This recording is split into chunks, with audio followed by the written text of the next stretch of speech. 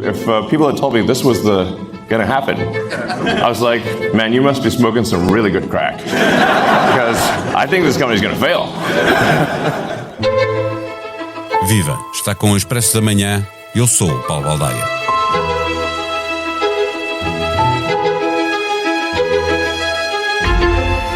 A fortuna de Elon Musk ultrapassou o $1 bilhão.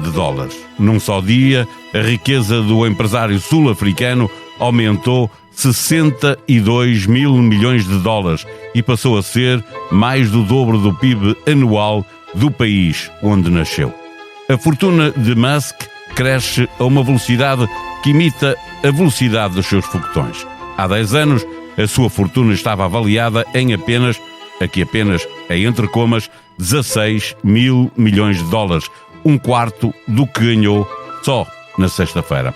Há 15 anos estava longe dos 1.000 milhões e hoje é superior a 1 milhão de milhões. Há mais de 2 décadas, quando Musk decidiu fazer foguetões para colocar satélites no espaço, quase todos os seus amigos os aconselharam e o próprio atribuía apenas 10% de hipóteses da empresa ter sucesso.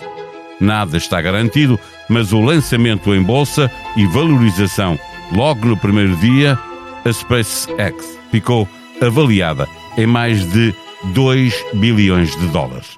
Parece existir, por parte dos grandes investidores bolsistas, um temor superior à aversão aos negócios irracionais, o temor de ficar de fora dos negócios de Musk. A empresa não está no principal índice bolsista norte-americano, o Standard & Poor's 500, porque não cumpre alguns dos principais critérios, como ter 50% das ações disponíveis no mercado e, já agora, ter lucros. Para conhecermos melhor a SpaceX, conversamos com o jornalista de economia do Expresso, Gonçalo Almeida.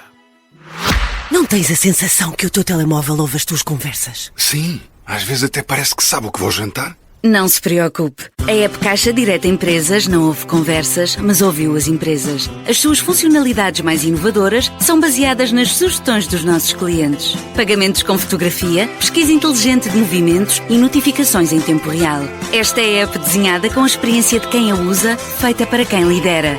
Faça o download. Caixa, com o banco certo ao seu lado, a sua empresa cresce. Caixa Geral de Depósitos S.A., registada junto do Banco de Portugal sob o número 35. Viva Gonçalo Almeida!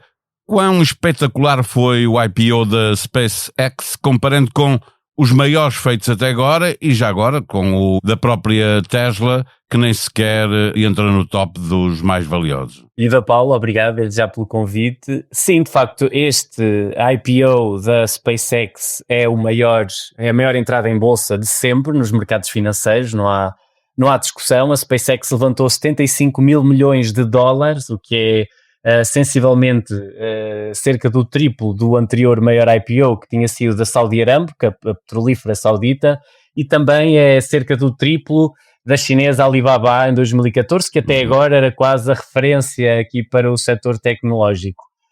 Para se ter uma noção, a avaliação implícita da SpaceX começou logo nos 1,75 bilhões de dólares, o que é mais ou menos 5 vezes o PIB de Portugal. Portanto, a empresa começou logo em bolsa a valer aquilo que a economia portuguesa produz num ano.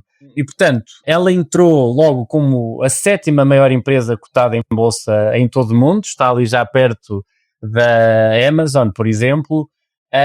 E no primeiro dia de negociação, que foi nesta sexta-feira, valorizou cerca de 19% e que também reflete bem aqui toda esta euforia coletiva que existem nos mercados financeiros, numa altura em que parece que os investidores para já vão ignorando se calhar os resultados reais, operacionais da empresa. Sim, esta empresa não está, por exemplo, no índice da Standard & Poor's 500 porque não tem sequer 50% do capital na bolsa. E já agora não tem lucros, não é? Sim, é isso. Ela só disponibilizou cerca de 4%, é muito pouco, 4% do capital é que está cotado em bolsa. E sim, no ano passado o prejuízo foi de quase 5 mil milhões. No primeiro trimestre deste ano já também acumula outro prejuízo de mais de 4 mil milhões. A Morningstar, a própria Morningstar avaliou a empresa em 780 mil milhões e, portanto, o mercado diz que ela vale mais do dobro. Portanto, eu acho que a diferença entre eles acho que é uma questão de fé, não é? E respondo também à tua pergunta relativamente à Tesla. Bom, a Tesla em 2010 nem se compara, não é? Ela levantou cerca de 226 milhões de dólares. Portanto, não há comparação. São empresas diferentes e, sobretudo, é uma época completamente diferente. Agora vivemos uma euforia muito maior nos mercados financeiros. Deixa-me dar aqui um salto no alinhamento que eu tinha preparado para perguntar o que é que leva os investidores a não querer ficar de fora dos negócios de Elon Musk?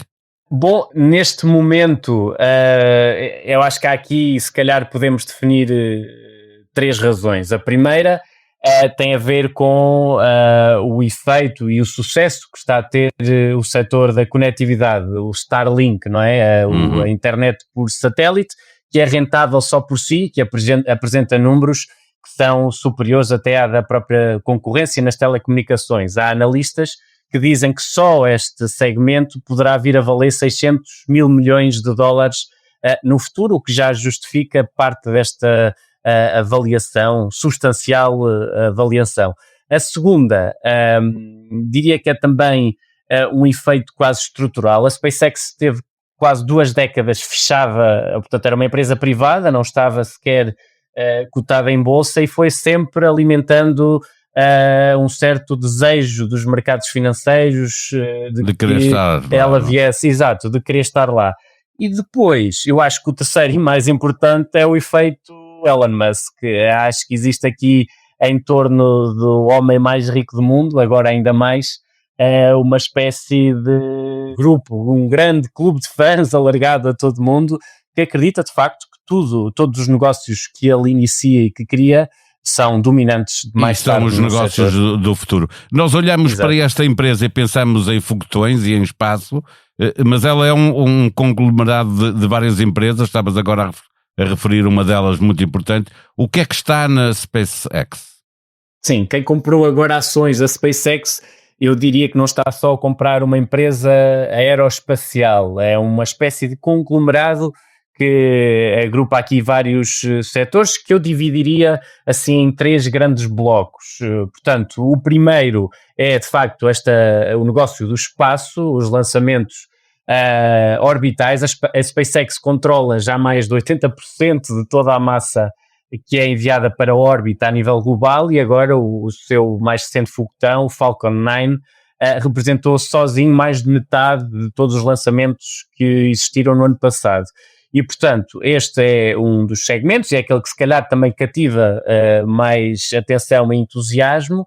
Depois, o segundo bloco, eu diria que é esta questão da conectividade, portanto, a Starlink, a internet via satélite, é neste momento o grande motor financeiro da SpaceX, é aquele que gera mais receitas. E depois o último, que é também recente, que tem a ver com a inteligência artificial, porque em fevereiro deste ano o Musk decidiu fundir as 2 das suas empresas, a SpaceX com a xAI, que é a empresa de inteligência artificial, onde está, por exemplo, o Twitter, o X, não é? Agora o X, e que é dona do Grok, por exemplo, não é? O chatbot que é rival do ChatGPT, e também o supercomputador, não é? O Colossus, que é o computador mais potente de inteligência artificial do mundo. E, portanto, é isso. Quem comprou ações da SpaceX acho que está um bocadinho a comprar ações de um grande conglomerado de vários segmentos. Em relação aos foguetões, os amigos de Musk não aconselhavam a criar esta empresa, o próprio Musk não lhe dava grandes hipóteses de sucesso. Quantos obstáculos é que foi preciso ultrapassar? Resumidamente, o que é que nos conta a história da SpaceX?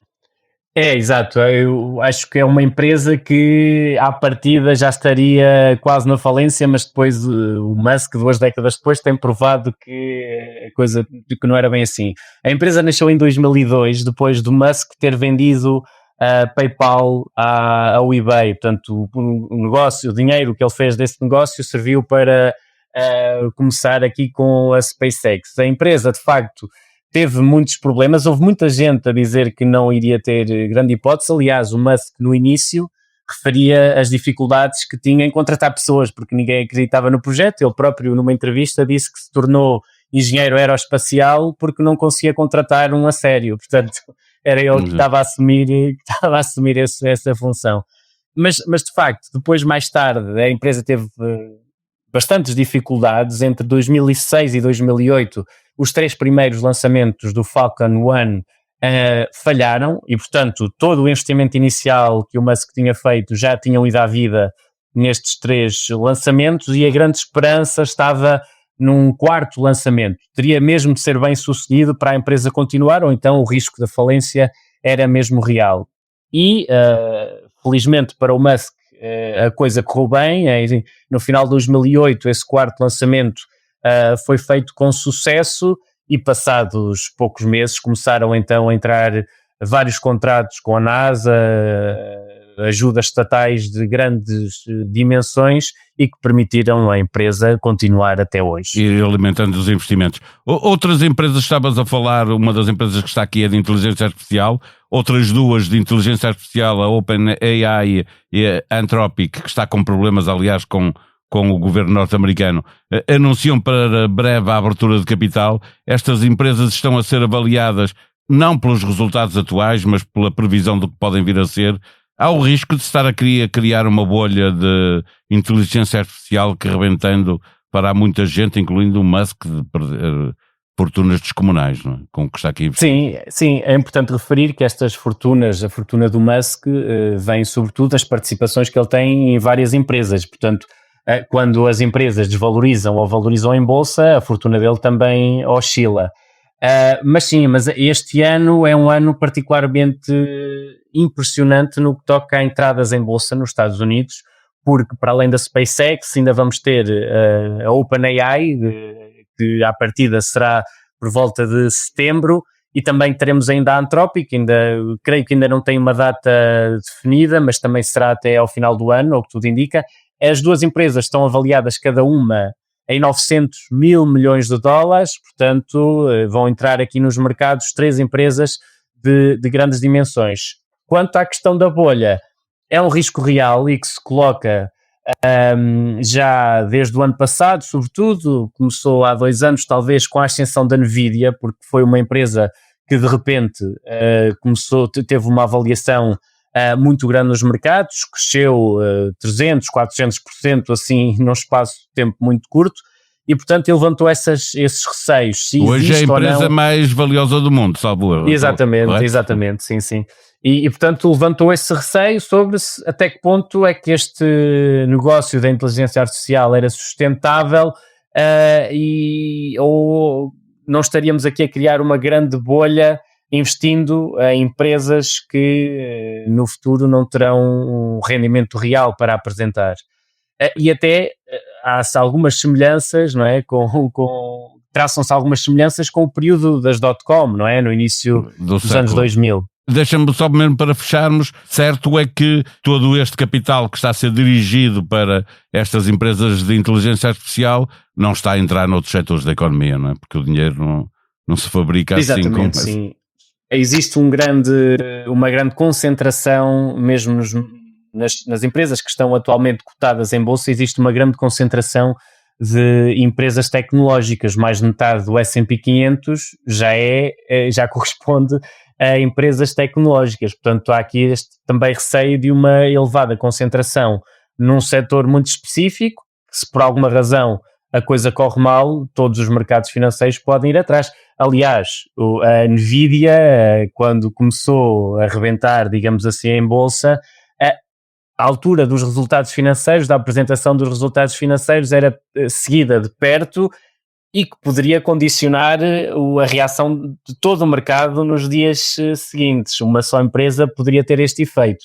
E, portanto, isso também mostra a excessiva atenção e concentração neste setor.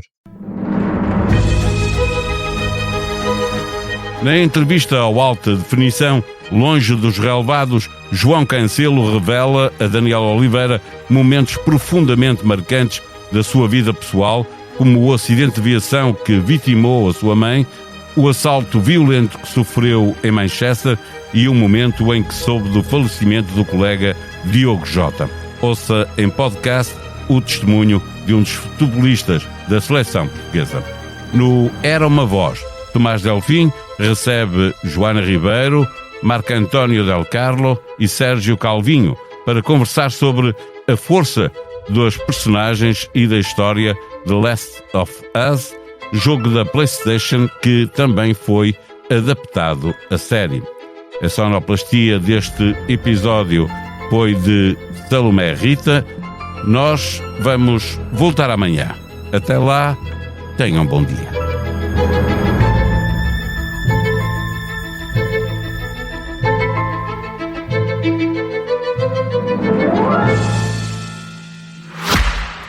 Não tens a sensação que o teu telemóvel ouve as tuas conversas? Sim, às vezes até parece que sabe o que vou jantar. Não se preocupe. A app Caixa Direta Empresas não ouve conversas, mas ouviu as empresas. As suas funcionalidades mais inovadoras são baseadas nas sugestões dos nossos clientes. Pagamentos com fotografia, pesquisa inteligente de movimentos e notificações em tempo real. Esta é a app desenhada com a experiência de quem a usa, feita para quem lidera.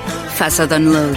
Caixa, com o banco certo ao seu lado, a sua empresa cresce. Caixa Geral de Depósitos S.A., registada junto do Banco de Portugal sob o número 35.